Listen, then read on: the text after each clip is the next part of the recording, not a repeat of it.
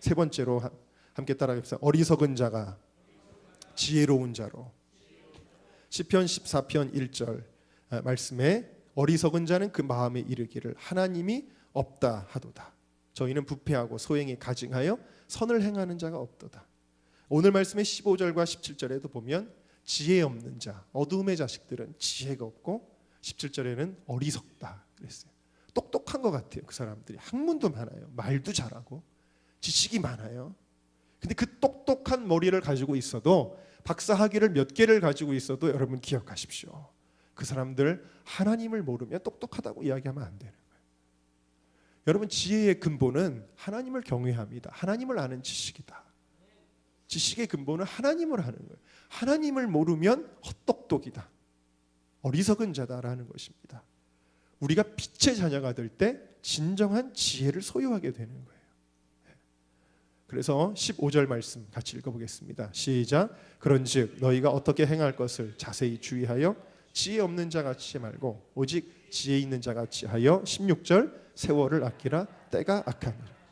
지혜 있는 자는 머리 잘 써가지고 남의 것 물건 뜯어내고 돈 많이 버는 그런 걸 가리키는 게 아니죠. 지혜 있는 자가 말로 살랑살랑살랑 다른 사람들 기분 좋게 해서 인기 누리는 거 아니에요. 지혜로운 것은 처신술이 아니에요.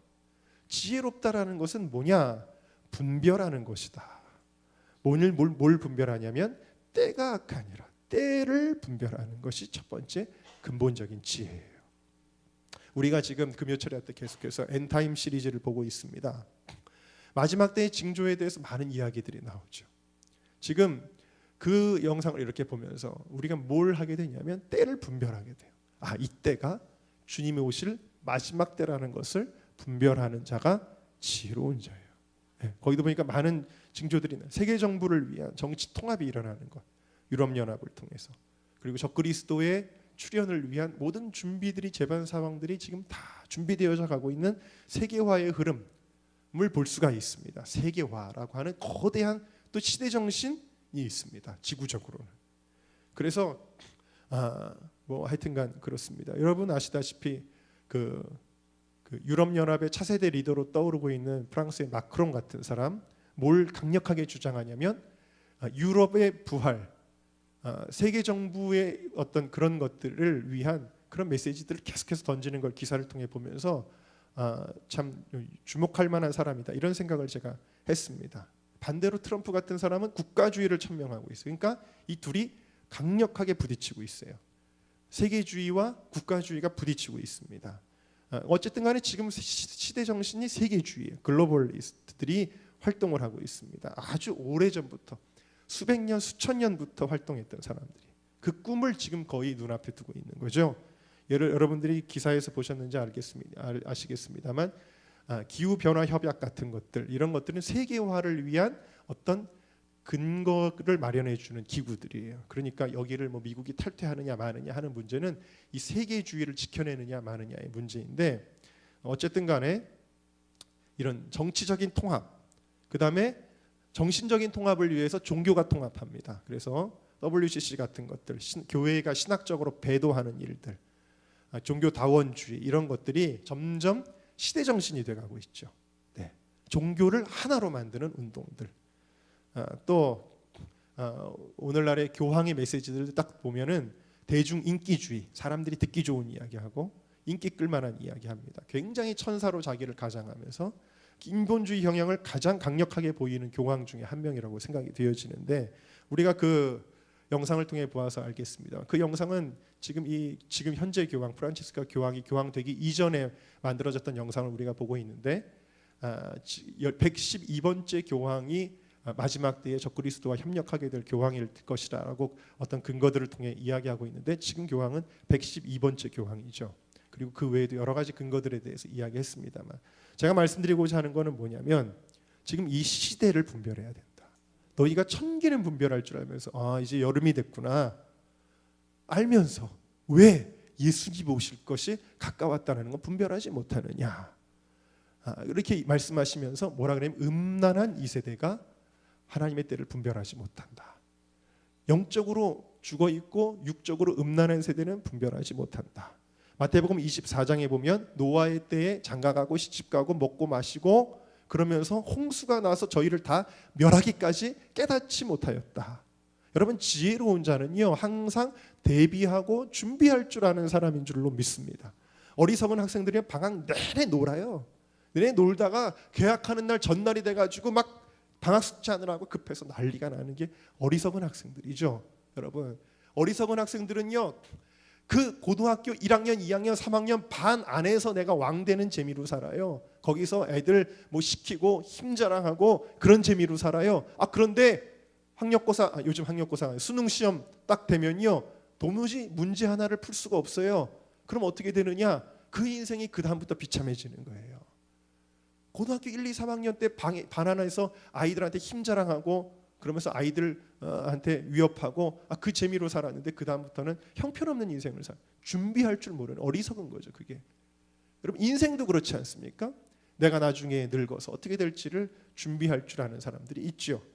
가장 중요한 준비는 뭐냐? 우리의 영혼의 때를 준비하는 거죠. 영혼의 때가 준비 안 돼 있으면 아무리 사업이 잘 되고 직장 생활이 승진을 하고 자녀들이 잘 되면 뭐합니까? 영혼의 때를 놓쳐버리는데, 준비가 돼야 되는데, 오늘 이 밤에라도 예수님이 오시면 나는 무엇을 준비해 놓고 있는가? 그게 중요하잖아요. 그게 지혜로운 사람이잖아요. 여러분 들림 받을 자신이 있어요? 오늘 이 밤에라도 예수님이 오시면 거룩한 의의 옷을 입고 준비될 수 있나요? 개미와 배짱이처럼 우리가 그것을 지혜롭게 분별할 줄 알아야 된다. 우리가 찬송가 193장에 주님 예수 다시 올 때 그대는 영접할 예복이 있는가? 무엇을 영접해야 돼요? 그대 몸은 거룩한 곳 성전에 들어갈 준비가 됐는가? 천국 갈 준비 돼 있어야죠. 여러분, 이 세상 살아봐야 몇 년입니까? 몇십 년 사는 거예요? 100년이나 사나요? 인생이? 도대체 이 세상의 삶이 무엇이라고 여기에만 바라보고 사냐는 것입니다. 여러분, 우리가 주님을 준비하는 것은 전세자금 준비하는 게 아니에요. 학벌이나 명예도 아닙니다. 사업의 실적도 아닙니다. 그것은 거룩한 옷입니다. 자, 16절을 다시 보세요. 16절 같이 읽어볼까요? 시작. 세월을 아끼라. 뭘 아끼라고요? 세월을 아끼라. 그러니까 뭘 지혜로운 사람은요, 시간이 지나가고 있다는 것을 알아요. 이 시간은 영원히 내게 있는 것이 아니라는 것을 지혜로운 사람은 아는데, 여러분들이 지혜로운 자 되시기를 주의 이름으로 축원합니다. 그리고 시대가 악하다는 것도 안다 그랬죠. 어리석은 자는 영원히 내 인생이 계속될 것처럼 흥청망청 폼생폼사로 인생을 낭비하지만, 웨이스트하지만, 지혜로운 자는 시간을 낭비하지 않는다. 18세기 미국의 조나단 에드워즈, 미국의 영적 대각성 운동을 일으켰던 훌륭한 분이신데 어려서부터 신앙적으로 남달랐습니다. 20살 생일이 되기 전 레졸루션이라고 하는 글을 씁니다. 그 결심에 70번째 조항이 이렇게 써 있어요. 20살이 되기 전에 썼어요. 한 순간의 시간이라도 절대로 잃어버리지 않고 할 수 있는 가장 유익한 시간으로 이용한다. 여러분, 가장 유익한 시간이 뭘까요?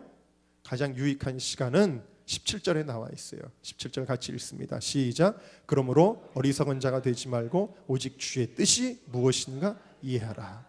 가장 유익한 시간은 하나님의 뜻을 분별하여 그 뜻을 이루어드리는 시간이라는 것입니다. 지혜는 하나님의 뜻을 분별하고 이 시간을 주님의 뜻을 이루기 위해서 가장 값진 시간으로 사용하는 거죠. 여러분, 선거방송 여러분 텔레비전에서 보셨나요? 각 후보들에게 1번, 2번, 3번, 4번 후보가 나왔습니다. 그러면 후보들에게 10분, 10분, 10분, 10분을 줘요. 자, 텔레비전에서 전 국민이 생중계로 보고 있습니다.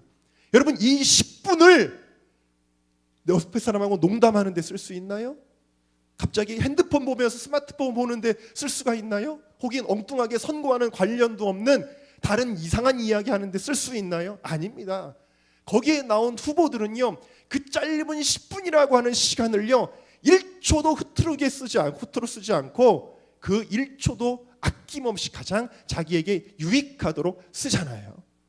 여러분, 우리 인생도 마찬가지예요. 주어진 시간을 허투루 쓸 수가 없다라는 거죠. 아까 우리가 불렀던 찬양, 예수를 함께 하시네. 이 찬양을 지난 목요일에 강사로 오셨던 목사님이 부르셨는데 전 처음 들어보는 찬양이었어요. 그런데 이 찬양의 가사 가운데 갑자기 이 부분이 제 마음에 확 꽂히면서 제가 사실 아까 말씀드린 대로 막 마음에 막 이게 막 쏟아지기 시작했었는데 그게 뭐였냐면 이 또한 지나가리라. 주어진 내 삶의 시간 속에 주의 뜻 알게 하소서. 갑자기 제가 무슨 생각이 들었냐면 그렇구나. 각 사람마다 하나님은 어떤 시간을 주셨구나 라는 거죠. 어떤 사람에게는 80년을 주셨어요.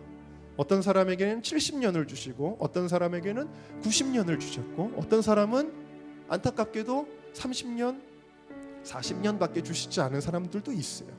우리 지금 몰라요. 그러나 분명한 것은 하나님은 우리의 날수를 아신다 그랬어요. 우리가 태어난 때도 하나님의 계획 가운데 태어나는 것이고 우리가 다시 주님께 가는 것도 그 계획 가운데 있어요. 분명히. 근데 무슨 생각이 드냐면 그래? 내게 주어진 시간이 있구나. 그럼 지금 나는 내게 주어진 시간에 어느 정점에 와 있을까? 어느 지점에 와 있을까? 그 생각을 하는데 갑자기 이 말씀이 생각난 겁니다. 에베소서 5장 말씀이 생각하면서 세월을 아끼라. 때가 악하니라. 내가 인생을 많이 낭비했구나. 지금 내게 주어진 시간은 계속 주어지는 게 아니구나. 내게 주어진 시간 지금 얼마 남았는지 나는 모르지만 그 시간은 한정된 시간이구나. 그렇다면 내가 내 인생을 낭비해서 안 되겠구나. 내 인생을 가장 값지게 주님을 위해서 드려야 되는구나. 그런 생각이 드는 거예요. 여러분, 낭비할 수 없습니다. 죄지면서 허비하면 안 됩니다. 하나님의 뜻대로 살아야 합니다.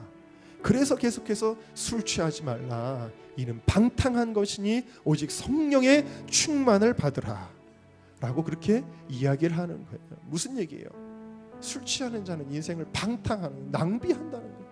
세상 죄악에 취한 자들은 낭비한다는 거예요. 오직 성령의 충만을 받으면 주의 뜻이 무엇인지 분별하여 인생을 가장 값지고 아름답게 사용하는 것이죠. 여러분, 오늘 여러분들에게 질문을 드립니다. 여러분들에게 주어진 시간이 있습니다. 그 시간에 어느 지점에 여러분들은 와 계신가요? 얼마나 남아있는지 우리는 모르지만 이제 우리는 한 가지는 압니다. 내 인생 낭비하면 안 되겠구나. 주의 뜻이 무엇인지 분별하여 가장 값지게 의의 열매 맺으며 살아가는 여러분들이 되시기를 주의 이름으로 축원합니다.